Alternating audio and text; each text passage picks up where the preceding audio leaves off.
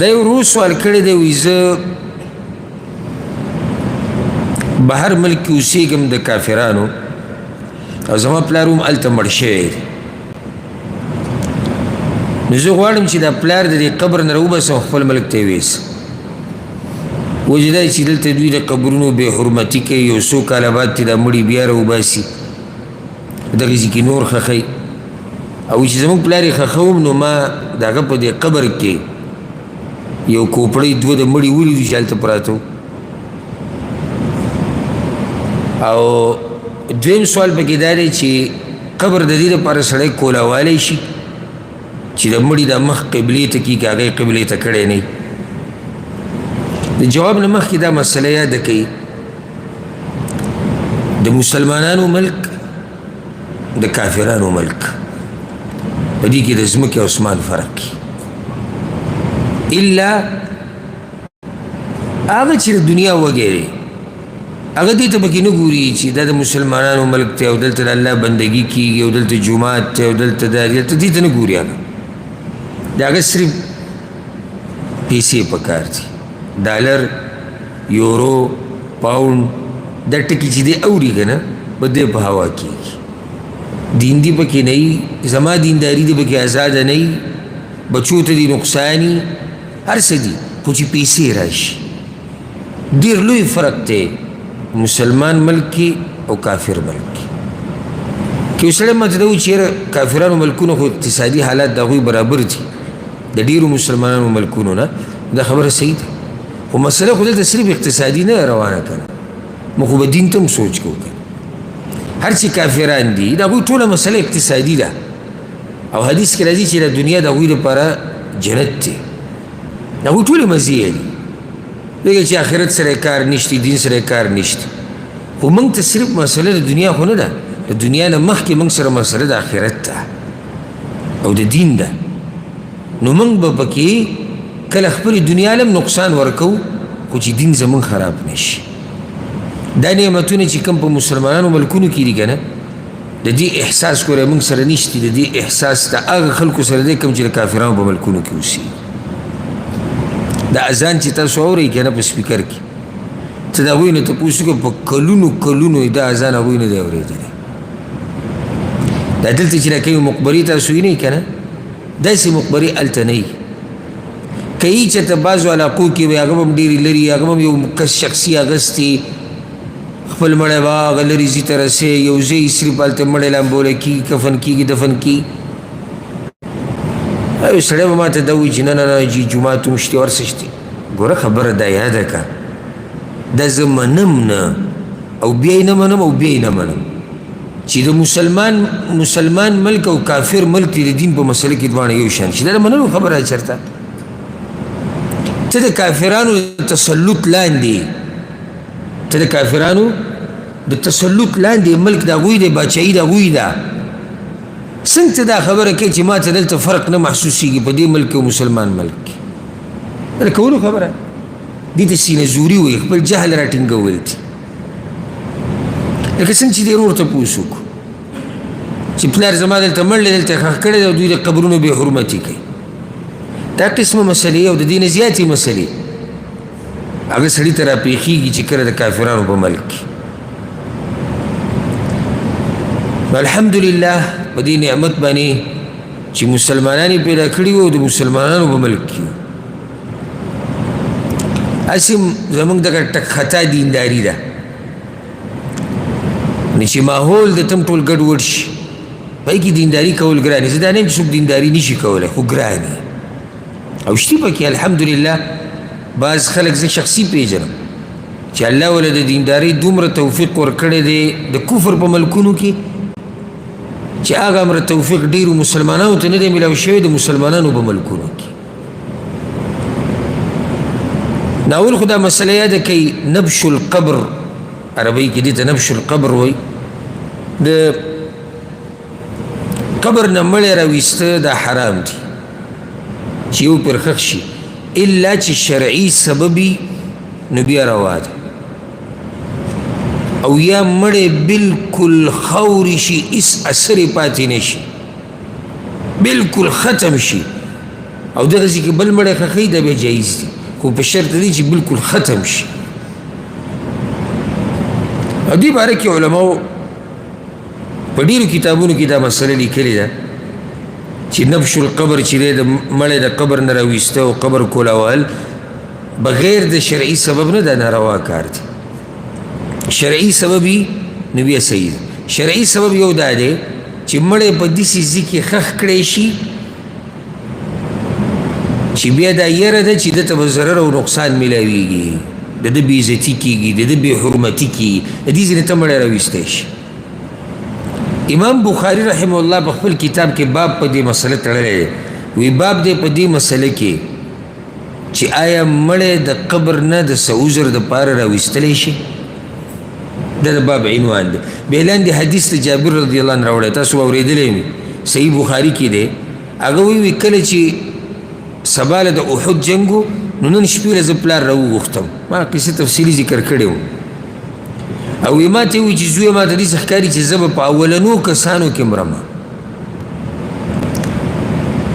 او زما نه بعد زه چې له دنیا نه لاړ شم نو ما ته په دې خپلو خپلوانو کې ستا مره عزتمن بل نشتی. چې زوی مې او دغه یو زوی او دغه سوای د رسول الله سلم نه چې وي د هغه نه راته ګران نه یې، د هغه نه ته ماته ګران نه یې. وان علی دینا، او په ما باندې ډېره قرضه ده، نو یو خو به دا قرضه ختمه کړي. دویمه واستوصي باخواتک خیرا، د خویندو به ډېر خیال ساتي، ځکه د ټولو خویندې د دوی به خیال ساتي چې کله موږ سهار شو فکان اول قتیل، نو هغه په اولنو کې و چې مړ شو. نو هلته اویا کسان شهیدان شوي وو، په مسلمانانو سخت راغلي وه، نو په بعضو قبرونو کې به دوه کسان ښخول، د عذر دپاره دا هم جایز دي. نو ودفن معه آخر فی قبر، نو زما د والد صاحب سره وی بل کس ښخ کړی شو په قبر کې، دوه کسان شو. ثم لم تطب نفسي ان اتركه مع الاخر، وی موږ خو په هغه ټیم دا کار وکړو، خو زما د زړه په دې نه و خوشحاله چې لکه زما پلار سره قبر کې بل کس وي. فاستخرجته بعد 6 اشهر، شپږ میاشتې بعد ما خپل پلار بیا دا قبر نه راوویستو. فإذا هو كيوم وضعته هني غير أذنه، نو هغه بالکل اقه شانو په کوم ورځ چې موږ ښخ کړی و اقه شان، صرف د یو غوږ کې لږه تبدیلي راغلې وه. د دین امام بخاري رحمه الله دا مسله ثابتوي چې مړی د عذر دپاره د قبر نه راویستی شي. نو د دې رور جواب په دې حدیث کې دی، دی وایي چې هلته د مړي بې حرمتي کېږي، معمولي وخت بعد یې راوباسي، د هغه هډوکي د هغه هر څه لا پاتې، هلته بیا بل وښخوي. نو په داسې حال کې به جایز وي انشاءالله، خو د هغې دپاره یو بل شرط هغه دا دی که چېرته د ده د دغه ملک نه بل ملک ته وړه اساني، چې د ده بې عزتي پکې نه کېږي، د ده بې حرمتي پکې نه کېږي. او بله دا چې دا تجربه چا مخکې کړي، څنګه کړي چې او د دې ملک نه خلکو مړی خپل ملک ته وړی دی، څه مشکل پکې نشته، مړی ښه په عزت سره رسي، بیا صحیح ده. که بې حرمتي پکې کېږي او ښه بې عزته کېږي، نو بیا د وړو څه پیدا شوه؟ نو دا کار جایز دی، خو یو څو خبرې پکې دي. ورسره دا مسله یاده کوي، دا خو ما څو ځایونو کې یاده کړې، خو هسې ته بیا رایادومه. او مړی د مسلمان ملک نه به نه وړي، دې ورور ته که موږ اجازت ورکړو که نه، نو دا اجازت شریعت ورکړی دی، ولې کافر ملک کې دی او عذر دی، شرعي عذر دی. خو مړی د مسلمان ملک نه بل ملک ته وړه، خپل ملک ته، دې کې څه عذر دی؟ هېڅ عذر نشته. بعضو ظالمانو، زه ورته ظالمان وایم، خپلوان یې راغلي عمرې له او په مکه کې خپل مړلی، د مکې نه یې ویوړو ملک ته، د مدینې نه یې ویوړو ملک ته. نه نه وي پښتو هم ده دته اوس پښتو رایاده شو او د اوسه پورې دا غریب ګرځېدو را ګرځېدو په دې مسافرۍ کې قرض ولده نه ورکو بیمارو ده وله تپوس نه کو خوالی نه ورکړو خو اوس به پښتو کوو اصل کې دا د خپله پښتو پوره کوي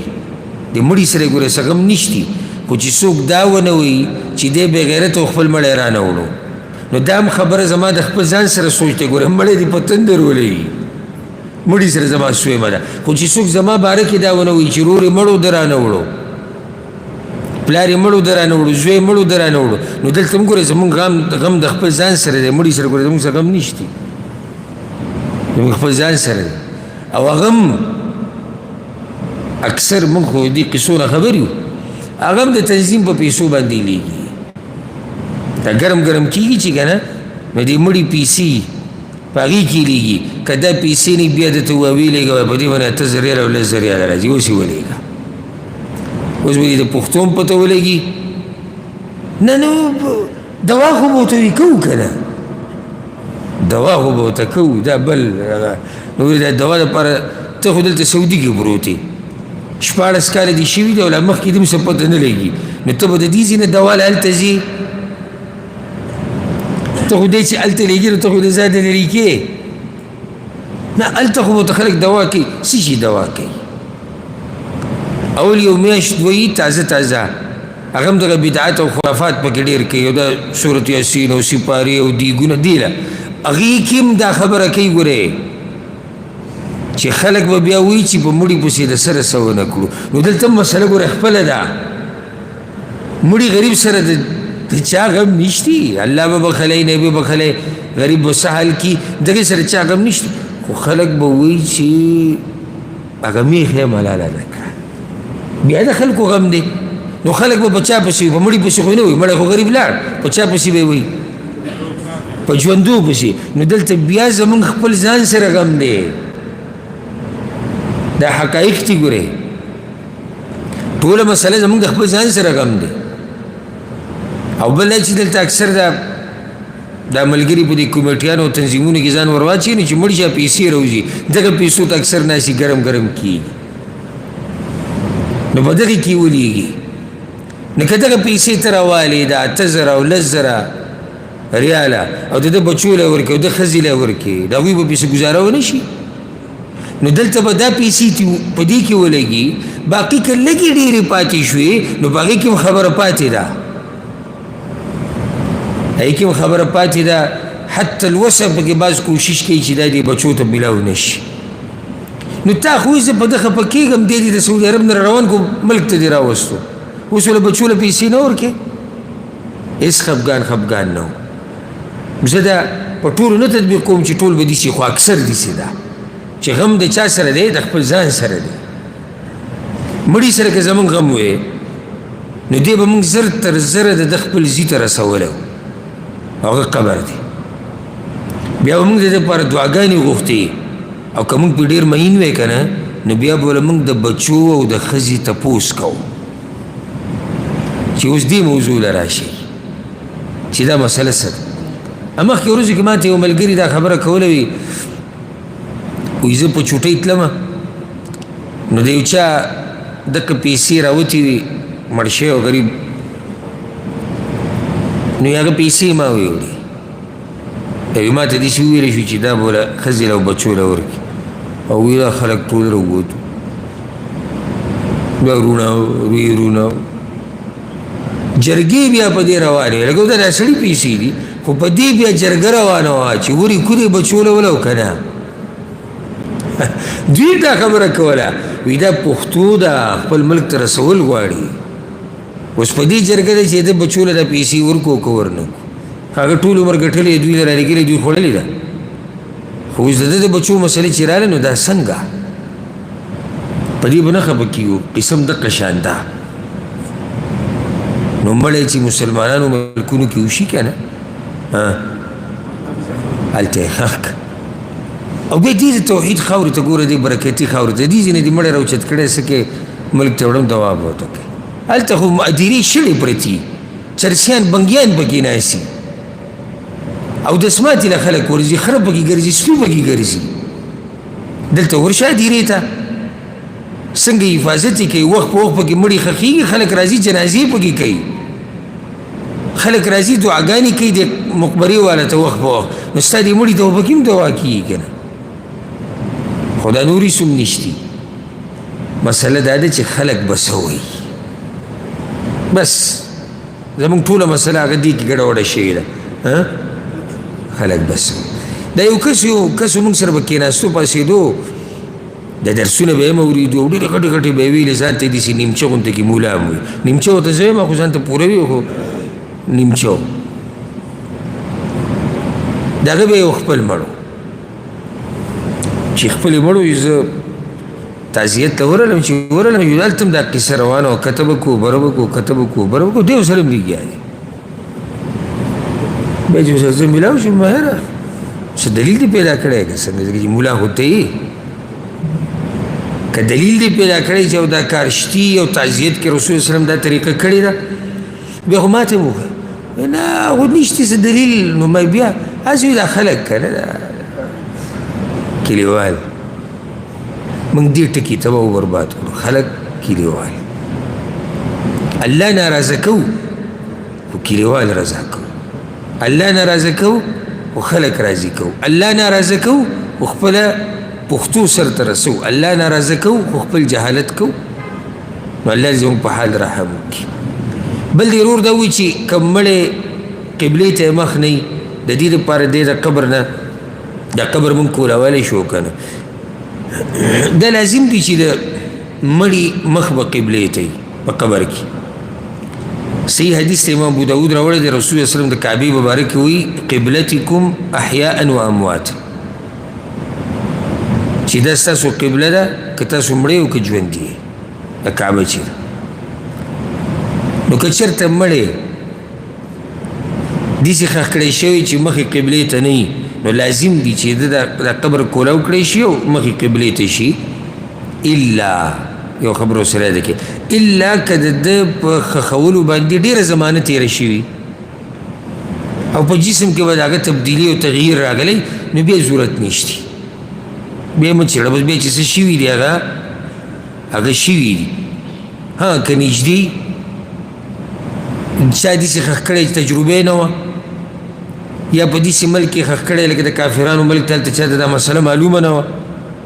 او تا ته پته ولګېده او نږدې وخت